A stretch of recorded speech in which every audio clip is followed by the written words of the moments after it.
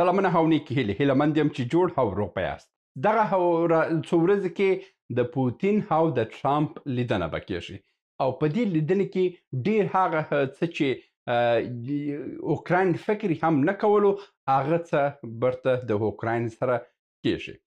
په دغه لیدنه کې چې ټرامپ او پوتین غواړي سره وویني په سعودي عربستان کې هغه کوم هوکړلیکونه چې دوی نهایي کړي دي، په دې هوکړلیکو کې دې ته خبر رسېدلی دی چې روسیه به برته هغه پخواني قدرت ته رسېږي، په روسیې باندې نړیوال بندیزونه له منځه ځي او د روسیې سره چې کوم ځمکې په اوکراین کې نیول سوي دي هغه به ټوله په رسمیت پیژندل کېږي.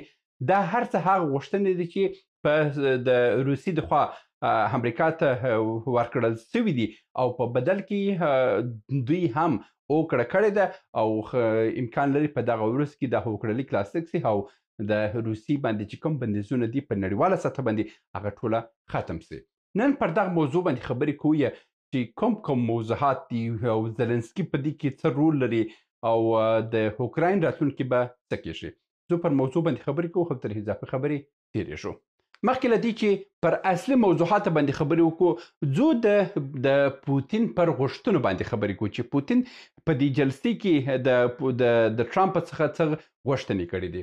په اوله کې دوی دا غوښتنه کړې ده چې کومې مځکې د اوکراین څخه روسي بیل کړي دي هغه باید ټول د کریمې سره چې پخوا یې نیوله وه دا ټولې منطقې چې دي دا باید په رسمیت وپېژندل سي او دا د روسي د هیواد برخه وګڼل سي او دا باید ټول نړۍ په رسمیت وپېژني.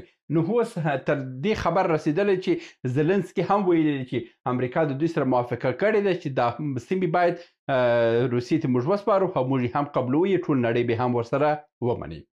دویمه غوښتنه دا ده چې د اوکراین به په مکمل ډول باندې یعنی په ټول عمر به د ناټو سره نه یوځای کېږي. دا خبره هم پوتین منلې ده او ټرامپ منلې ده او ټرامپ ویلي دی چې بالکل د اوکراین چې دی په هیڅ عنوان به د ناټو برخه نه جوړېږي. بله خبره چې درېیمه خبره چې کړې ده د اوکراین خارجي سیاست به ټوله د روسیې تر کنټرول لاندې واوسي. څنګه چې تاجکستان، ازبکستان، ترکمنستان او مثلا هرمنستان او آذربایجان او قرغیزستان او کازاکستان دا هیوادونه چچنیا چې ده دغه هیوادونه که تاسو وګورئ د دې ټولو هیوادونو خارجي سیاست چې دی دا ټوله د روسیې تر کنټرول لاندې دی. نو د اوکراین د سیاسي کنټرول هم چې دی دا پوتین غواړي چې خپل تر کنټرول لاندې وي. سیاسي کنټرول څه شی دی؟ سیاسي اختیارات څه شی دی؟ بهرني سیاسي اختیارات.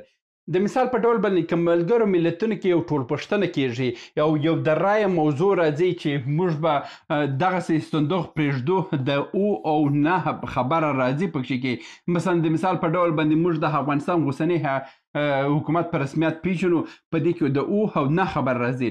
دغه څو هیوادونه لکه تاجکستان، ازبکستان، ترکمنستان، کازاکستان، قرغیزستان، چچنیا، آذربایجان او هرمنستان او بیا هاخواته بیلاروس اوس چې دی دوی وایي چې د اوکراین هم د دوی خارجي سیاست چې دی زموږ تر کنټرول لاندې باید راسي.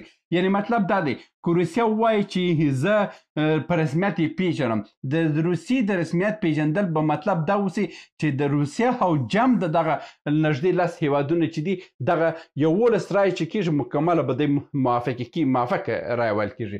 او که روسیې ویل چې نه زه نه یم یعنی 10 رایې به منفي رایه د هغه صندوق ته ځي.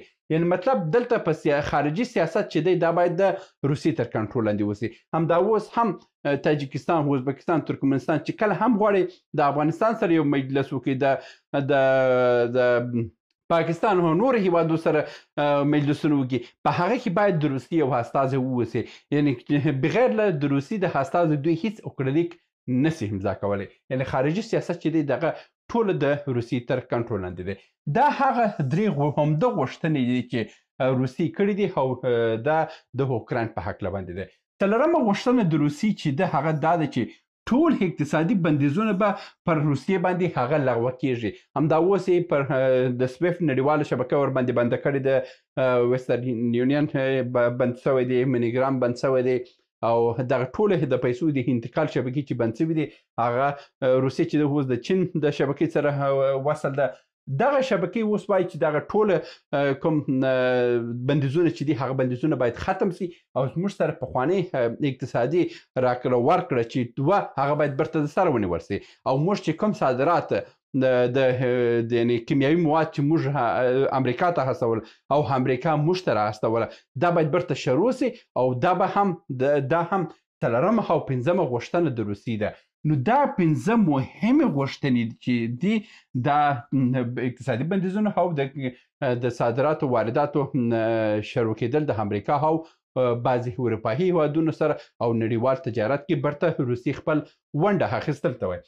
نو دا د دې ښکاري چې روسیه دا ځل په ډېر قوي ډول باندې راځي او په دغه وخت کې که ستاسو فکر سوی اوسي د اوکراین د دفاع وزارت مرستیال ویلو امریکا زموږ سره د موږک او د پیشو لوبه وکړه.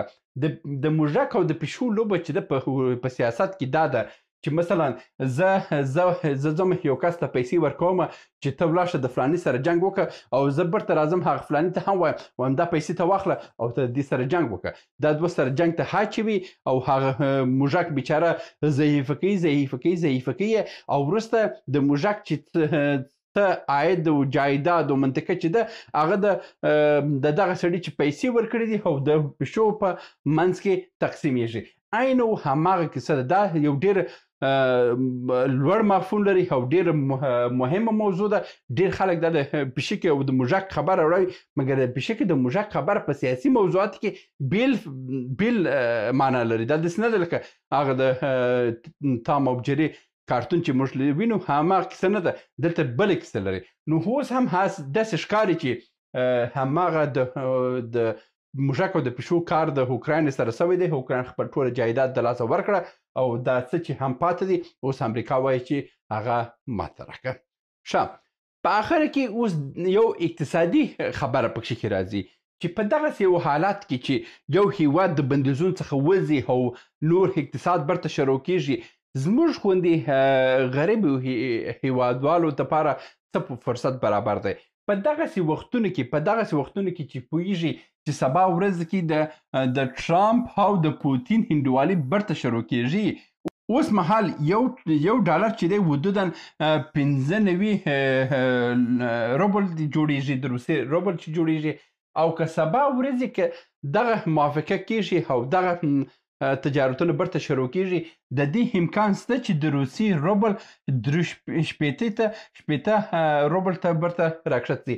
یعنې 10 ډالره 15 ډالره تفاوت راځي او زیاتره هغه کسان چې پیسې لري، اضافه پیسې لري او د رزق خبره اخلي، په دغسې وختونو کې بیا دغه ډول کارونه خلک کوي. د مثال په ډول باندې د روسیې بعضې هغه شرکتونه چې هلته په سټاک مارکیټ کې په روسیې کې دي هغه ځي د هغه سټاکونه اخلي، د هغه سهامونه اخلي چې دغه ورځ دا موضوع اعلان شوه د هغه سهام لوړ ځي او چې کله سهام لوړ لاړه بس په هغه ورځ کې خپل پیسې برته ځین راباسي او څو چنده ګټه کوي.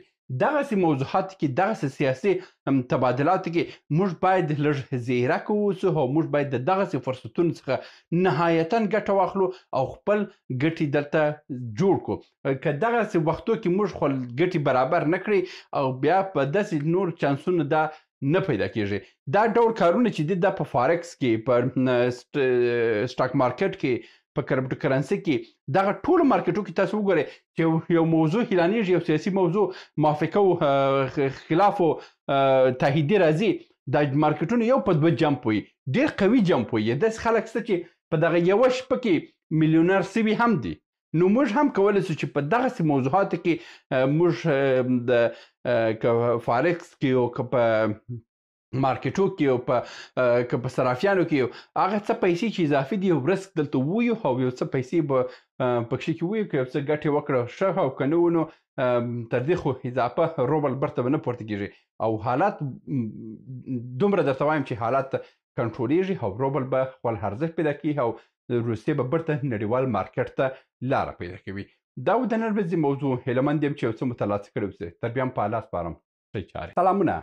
موږ ډېر موضوعات جوړ کړي دي. که سیاسي موضوعات غواړئ ووینئ نو دلته کلیک کړئ او که غواړئ اقتصادي موضوعات وګورئ نو دلته کلیک کړئ او که غواړئ چې د تل لپاره راسره واوسئ نو دلته کلیک کړئ او چینل سبسکرایب کړئ. مننه.